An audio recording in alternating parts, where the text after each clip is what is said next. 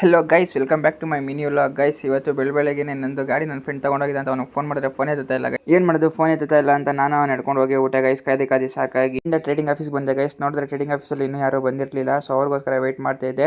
ಆಮೇಲೆ ಒಂದು ಸರ್ ಬಂದೆ ಗೋಲ್ಡಲ್ಲಿ ಏನಾದರೂ ಟ್ರೇಡ್ ಹೋಯ್ತು ಅಂತ ಚೆಕ್ ಮಾಡಿದೆ ಗೈಸ್. ಒಳ್ಳೆ ಟ್ರೇಡ್ ಇತ್ತು. ಸೊ ಒಂದು ಟ್ರೇಡ್ ಹಾಕಿ ಏನಾಗುತ್ತೆ ಅಂತ ನೋಡೋಣ ಅಂತ ವೆಯ್ಟ್ ಮಾಡ್ತಾ ಇದ್ದೆ. ಹಂಗೆ ರೋಡಲ್ಲಿ ನಡ್ಕೊಂಡು ಹೋಗ್ತಾ ಇದ್ದೆ. ನಾಯಿ ಬೋ ಅಂತ ಬೊಗಳ್ತಾ ಇದ್ದೆ ಗೈಸ್. ನಾನು ಪಕ್ಕ ಲೋಕಲ್ ಅಂತ ಅಂದೇಟಕ್ಕೆ ಸುಮ್ಮನೆ ಆಗೋಯ್ತು. ಒಂದ್ಸಲ ನೋಡ್ಕೊಬನ್ನಿ ನೀವು. ಲೋಕಲ್ ಎಲ್ಲಿ ನಾಯಿ ಬಾಯಿಗೆ ಹಾಕ್ಬಿಟ್ಟತ್ತು ಅಂತ ಹೇಳಿ ಸ್ವಾಮಿನ ಪಟ್ಟ ಅಂತ ಫೋನ್ ಮಾಡಿ ಕರೆದೆ ಗೈಸ್. ಹೇಳಿದ ತಕ್ಷಣ ಪಟ್ಟ ಅಂತ ಬಂದ ಅವನು. ಸೊ ಅಲ್ಲಿಂದ ತೊಗೊಂಡೋಗಿ ಆಫೀಸ್ ಹತ್ರ ಬಿಟ್ಟ. ನಾನು ನಮ್ಮ ಸರ್ ಇಬ್ಬರು ಊಟಕ್ಕೆ ಹೋಗೋಣ ಅಂತ ಹೇಳಿ ಮತ್ತೆ ಊಟಕ್ಕೆ ಹೊಂಟೆ ಗೈಸ್.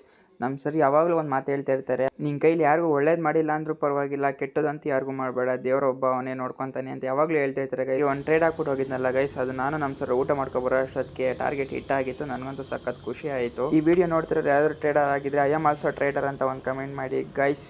ಅಲ್ಲಿಂದ ಹನುಮಂತು ಫೋನ್ ಮಾಡ್ದ ಅಂತ ಮತ್ತೆ ಬಂದೆ ಗೈಸ್. ನೋಡಿದ್ರೆ ಅವನೇನೋ ಡ್ರೆಸ್ ತಗೋಬೇಕಿತ್ತಂತೆ. ಸೊ ಇವಾಗ ಹೊಸ ಅಂಗಡಿಗೆ ಕೆಳಗಡೆ ಗಾರೆ ಇರುತ್ತಲ್ಲ ಗೈಸ್, ಅದೇನೋ ಕಿತ್ತೋಗಿದೆಯಂತೆ. ಅದೇನೋ ಇವನೇ ಟ್ಯಾಪೆ ಹಾಕ್ತೀನಿ ಅಂತ ಹೇಳಿ ತೊಗೊಂಡೋಗಕ್ಕೆ ಅಂತ ಬಂದ ಗೈಸ್. ನೋಡಿದ್ರೆ ಸ್ವಲ್ಪ ದೊಡ್ಡದಾಗಿ ಐತೆ, ಚಿಕ್ಕದಾಗಿಲ್ಲ.